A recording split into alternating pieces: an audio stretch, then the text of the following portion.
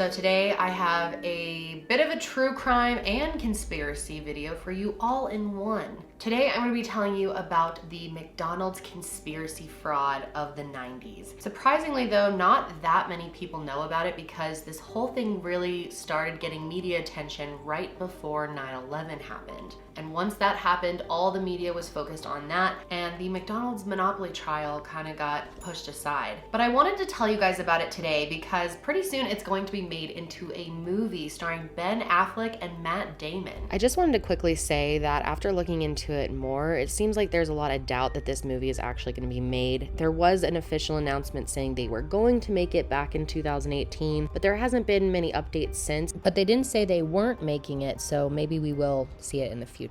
It recently got a lot of publicity because HBO put out a multi-part series on it. It's really, really long, and I know not everyone has HBO, so I thought I would do a condensed version of the story here for you because it's crazy. But before I get started today, I wanted to thank Audible for sponsoring this video. You guys know the drill with Audible. They have been sponsoring me for a really long time now, and I truly love their service and recommend it 100% to everyone I know. I love audiobooks, and I like them even more lately because I've been spending so much time at home. The great thing about Audible is you can listen when it's convenient for you and come back to your book at any time. And today I wanted to recommend my favorite Audible book, which I know I have recommended before on here, and that is A Stolen Life by Jaycee Dugard.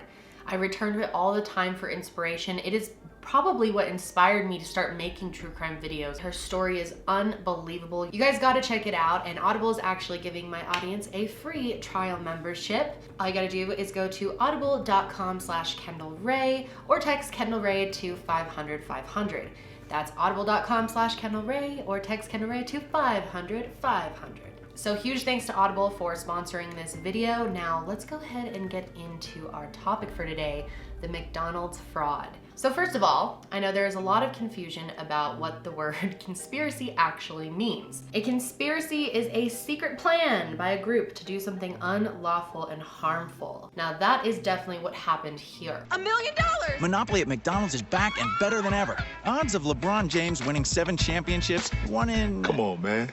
Odds of LeBron winning a prize, 1 in 4. Free fries. So if you are not familiar with McDonald's Monopoly game, it's a promotional game that McDonald's has been running for a really long time, and it's pretty simple to play. Basically, there are these little peel-off stickers on the back of like French fry boxes, drinks, on like burger boxes, stuff like that. Or you could just go into the restaurant and get them from the front. And these little peel-off stickers have various prizes on them, anywhere from a free fish fillet to a upgrade in your drink size to a car to a vacation to $1 million. They have a board game, and you can match properties that you get on the peel-off stickers to your board. And when you collect all of the pieces, you can start getting some of the prizes. But then there's also the instant winner stuff, which is where you just get a prize automatically that is listed on the back of the game piece. So there were tons of different ways to win, and it sounds really fun, right? Well, here's the catch. Millions of Americans play this game, but the odds of winning are very, very, very, very slim. And people, of course, know this when they play it. Like when you enter the lottery, people know that they have a very small chance of winning, and they accept that when they buy their ticket. And of course, the odds completely vary with individual lotteries. But the thing is about the Monopoly game, it's actually easier to win the lottery than it is to win the top prize in the Monopoly game. The odds of winning the jackpot prize are 1 in 250 million. But like I said, people would still play even though they knew their chances are pretty bad. But from 1998 to 2001, there was actually no chance for anyone to win, because there were almost no legitimate winners during that entire time. So that means if you were one of the people who were playing that game during that time, you never had a fucking chance. So it all starts in 1987, and McDonald's at this point was kind of having a slump in business, and they really wanted to pick things up again. One of the nice things about McDonald's Chicken McNuggets, those hot, tasty pieces of boneless chicken, is that they're packaged in sizes for every appetite. Let me illustrate. Enter the 6-pack. A logical lunch. McNuggets 9, a delight for dinner. And a pack of 20, hey, perfect for picnics and parties. So this is when they contracted a separate marketing firm called Simon Marketing Now, Simon Marketing had actually come up with the whole idea for the Happy Meal. They had been with McDonald's for a while and did all of their marketing. So they came up with an idea that would give people a reason to want to come spend money at McDonald's. Now, it's genius because people love collecting things and love the idea of having to put a full collection together. And when they first launched it, it boomed. The game Monopoly has come to life at McDonald's. Win a McDLT, Coca-Cola, or $1 million. Collect St. Charles Place, States and Virginia Avenues, and win a dream vacation. Collect these for a $250,000 home. Hello, over 40 million in cash and prizes. Collect the right game pieces or win instantly. So play Monopoly. Do not pass go. Go directly to McDonald's. McDonald's sales actually jumped up by 40% from this one promotion. And so they decided that this was going to be something they were going to continue to do in the future. The game Monopoly is back at McDonald's. And oh golly, this is the year to play. Now eating at McDonald's gets you the biggest break ever. Win shopping sprees, vacations, a Coca-Cola. Ooh, tasty. Or maybe one of 500 all-new Oldsmobile Cutlass Supremes. So like I explained, the pieces are worth quite a bit because some of them are instant cash prize winners. So it's essentially a lottery ticket that's kind of slapped onto a cup or a French fry box, and everyone could play, even people who didn't even buy food from McDonald's, because you could technically walk in and just ask them for one, because if they didn't allow that, it would be considered gambling. So people loved playing this game. Many people played every single time that it came around. They don't do it anymore, at least in America, but while it was running, people were really into it. McDonald's was making tons of money off the Monopoly promotion. People were really enjoying playing the game, and everything was all good up until 2001, when the FBI received a tip from an anonymous source. And the source told them that the 3 most recent winners of the Monopoly promotion were all in the same family. They said that tons of winners were illegitimate, and the person that was controlling all this was named Uncle Jerry. And so they looked into this because that is a huge accusation. They did think that maybe it could be a fake tip, that it's someone just trying to get someone else in trouble, but they decided that it was worth looking into. And it didn't take long for them to start putting pieces together and realizing that several of the winners were related, and all of them were in the Jacksonville area as well. So what are the chances of that? How would it be possible for multiple family members in the same area to win the Monopoly game? There was just no way. There was less of a chance of winning than winning the lottery, yet multiple people in the same family won. So obviously the FBI knew there was a problem here, but they didn't know how deep this conspiracy went. I mean, was it McDonald's that was running this sham? So they're wondering how many of the winners are fraudulent. How many people are involved? Who is involved? And they knew it could have been many different people. I mean, it could have been someone that works on printing the cups, works on printing the boxes, delivers the materials to the McDonald's stores. Anyone along the process could have stolen the pieces. So the first thing that they did was actually get McDonald's involved and see if they knew about this whole scheme. So they contacted the head of security at McDonald's, and they sent 3 people to go and meet with the FBI. They told them that they couldn't tell them what it was about, and it was completely secret until they got there. And once they got there, they told them that most of their winners were related, and that they thought there was some type of huge fraud going on. And they were blown away. They had no idea this was happening, and they were freaking out because it does not look good on their business. So after talking with McDonald's, they felt like they understood the whole game a lot better. The FBI felt like McDonald's was not actually involved, and it was perfect timing because McDonald's was actually about to launch another Monopoly game. Now, winning's easy, choosing's hard.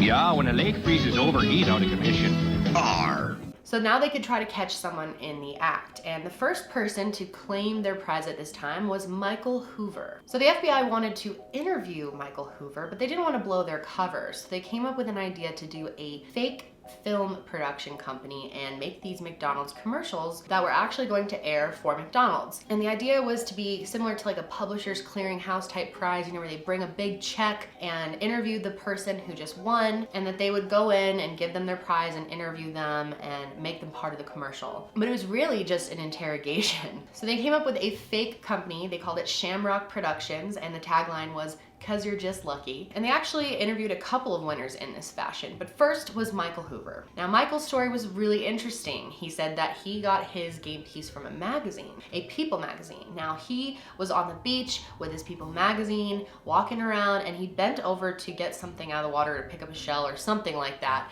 and his magazine fell into the water and got ruined. And he was not about to miss that People magazine. So he decided that it needed to be replaced ASAP. So he went to the grocery store and bought a new one, and sure enough, in it was the winning $1 million McDonald's game piece prize. And when they were doing this little TV commercial with him, they were, having him pose with the check and asking him a bunch of questions, trying to poke holes in his story. And so they asked him what he was gonna do with the money. And he said, I am gonna buy a boat and I'm gonna name it Ruthless Scoundrel. Now during all this, little does Michael Hoover know he is being wiretapped. After he leaves, he makes a phone call and FBI agents are listening to the whole thing. And that's where he calls a man named Andrew or AJ Glom, who was a big part of this whole scheme. And he starts talking to him about, oh my God, they were here, they bought everything I said to them. I even told them I was gonna get a boat named Ruthless Scoundrel. And they were just laughing about it, thought it was the funniest thing ever. Meanwhile, now the FBI knows for sure that Michael Hoover is in on this scam. And while listening to his calls, they also start to hear the name Uncle Jerry again, which is the same name from their anonymous tip. So they need to figure out who is Uncle Jerry. Now, meanwhile, there is a man named Jerome Jacobson that is working as the security at Simon Marketing. They had a whole team and Jerry was the lead of it to make sure that the pieces were safe and not stolen by anyone in the process and made it to the McDonald's stores. Jerome Jacobson is an ex-law enforcement officer and he was living in Atlanta at the time. And his whole job was to protect those pieces. He oversaw the whole printing process, making sure they were distributed properly. He went to all the different facilities that printed the pieces. Everything was monitored. So much so that employees actually had to have their shoes checked every time they entered the factory or exited the factory. There were higher ups watching all the factory workers and making sure nothing got stolen. They were even escorted to the bathroom. So they were trying to ensure that nobody could possibly cheat. So that's why it was so shocking that someone cheated. So the winning pieces actually had some type of identifier on them, a purposeful mistake that verifies the authenticity. Whether that's a little chunk removed from a letter or like a hole in it somewhere, it is purposely placed there to prove that it's real. There's also a code on it that can only be seen with blacklight. It's a very serious process. So whoever had been caching these pieces definitely actually won legitimate Monopoly pieces. So the question was, how did they get their hands on them? So Jerome Jacobson was the one who designed the entire process of security around the Monopoly pieces and oversaw the entire process being done. Now you guessed it, Uncle Jerry is actually Jerome Jacobson. Jerome was the one who was stealing the pieces. No shocker there. So the way that he would do this was basically when he was traveling in between McDonald's locations, bringing the pieces to them. Apparently he would bring the pieces into the men's bathroom at airports, and he would break the seal that was on the sealed pieces, take the pieces out, and then somehow reseal it so that no one would ever know, put them back in his vest, leave the bathroom, and put them back with all the rest of the pieces like nothing ever happened. And by doing this, he was able to steal a bunch of game pieces. But obviously he can't just go and cache them all himself or people are gonna figure it out. So what he would do is sell them to people or work out some type of deal where they would pay him in increments. Jerome ended up selling a $10,000 winning game piece to his local butcher for $2,000, and he sold a $200,000 winning piece to his nephew for $45,000. So essentially he was making money off these winning pieces, and the new owner of the piece also was getting the full amount. So he was making money and helping people that he knew. But eventually he was getting pretty overwhelmed. He had a lot of pieces and didn't know enough people to distribute them to that wouldn't look sketch. So this is when he gets another Jerry involved. Enter Jerry Columbo.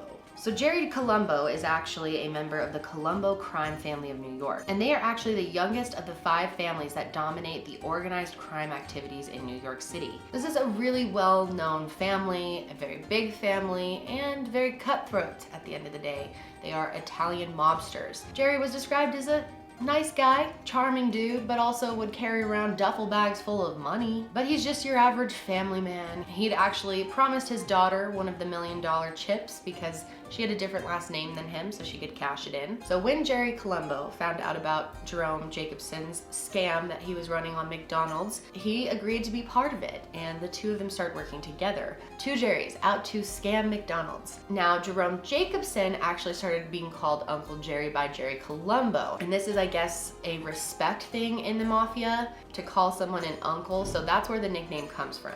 But anyway, now Jerry was married to this woman named Robin, and Robin was in on the whole scheme, but she was actually kind of thinking more than Jerry, because Jerry was at first giving the prizes to a bunch of his family members and people he knew that could be easily traced back to him. So she was like, you gotta spread this out more. It needs to be different people in different parts of the countries, different races, you know, some different genders. It's been like mostly men. So she suggested that he give one of the $1 million prize pieces to her friend named Gloria Brown, who was living in Atlanta. And she bought the piece from him for $40,000 and was able to cash it in.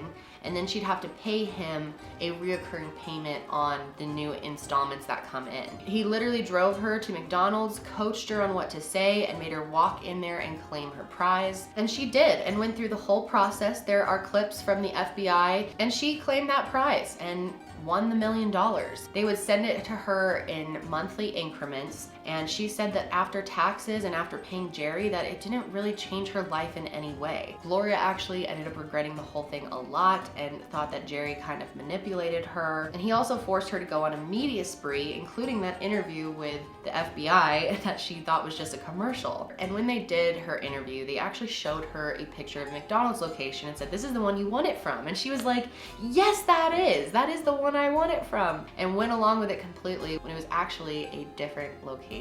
So eventually this FBI operation became known as Operation Final Answer. And this was because at the time, and I'm wondering how many of you actually remember this, but McDonald's was running a Monopoly promotion that was in partnership with Who Wants to Be a Millionaire. So that's why they started calling it Operation Final Answer. Another person that won fraudulently was none other than Jerry Columbo himself. He actually appeared in a McDonald's TV commercial after fraudulently winning a Dodge Viper. People everywhere are winning big, playing the Monopoly game at McDonald's. Barbara Gray won a Sea-Doo jet boat.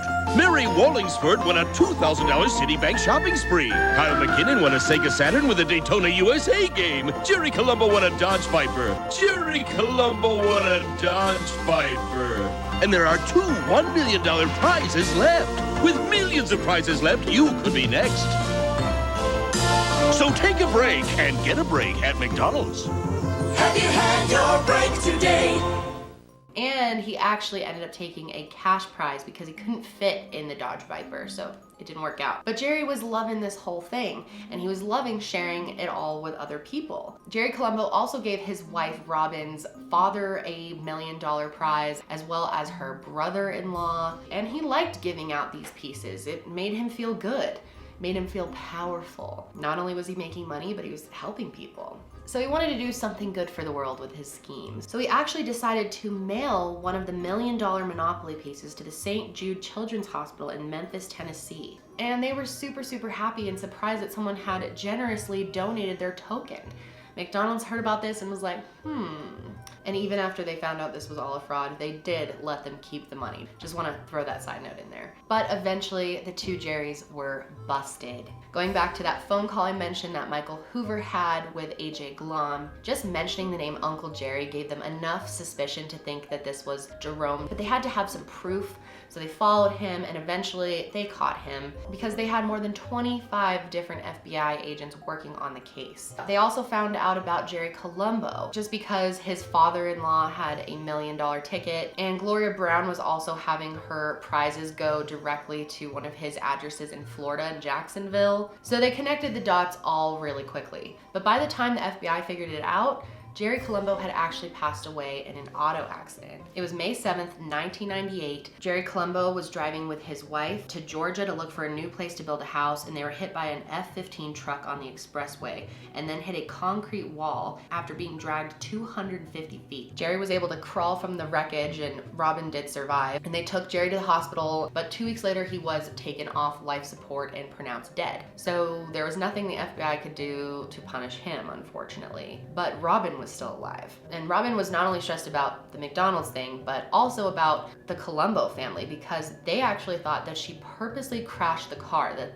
something in their marriage wasn't going right, and they think that she caused the accident herself, essentially killing Jerry Columbo. And so they started their own family investigation, and to this day she worries that they might seek revenge on her. But of course, Jerome Jacobson was still alive, and the FBI was able to arrest him. And they actually arrested 8 others along with him in August of 2001. Not only that, 51 different people were indicted in the case for, collecting a false prize or being involved in some way. Robin, Jerry's wife, got 18 months in jail. She's quite an interesting character. I highly recommend watching the documentary because there's so much more in that is not, directly part of the story, but it's just interesting about this family and their experience. But Robin is now a born-again Christian woman. She even released a book called From a Mafia Widow to God's Child in 2006. And to this day, it seems she's doing okay. Jerome Jacobson, or Uncle Jerry, was ultimately charged with conspiracy to commit mail fraud. And in his trial, Jerome Jacobson admitted to stealing up to 60 game pieces, and that's a lot of money and prizes right there. So he ended up serving 37 months in prison. He has to pay $12.5 million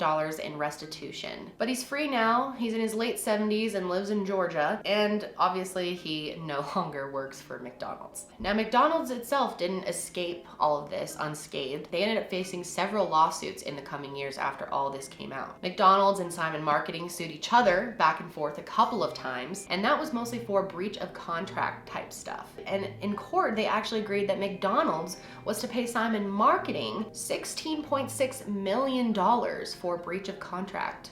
Crazy. And not only that, but over 1,000 different Burger King locations got together and sued McDonald's. And they actually filed a class action lawsuit against McDonald's for false advertising and unfair promotion for knowingly running the Monopoly game while it was compromised, but ultimately they dropped the lawsuit. To make up for the bad PR, McDonald's ended up giving $25 million away in cash prizes, including $1 million each to people at random chain locations. And they didn't end the Monopoly game right away. It's not running anymore. They ended it in 2016 in America at least, but the whole thing was definitely a learning experience for them. So let me know what you guys think of this whole scheme in the comments below. Had you ever heard of it? Have you ever played the McDonald's Monopoly game? I'd love to know your thoughts on all of this. Before I go, I also want to say that this sweatshirt is from my merch shop. I never remember to promote my merch ever, so I need to say it. There's a link below if you're interested in getting a terrarium top. I love this one, it's my favorite design we have. But anyway, I hope you guys are having a great day. Stay safe, and I will see you in my next video.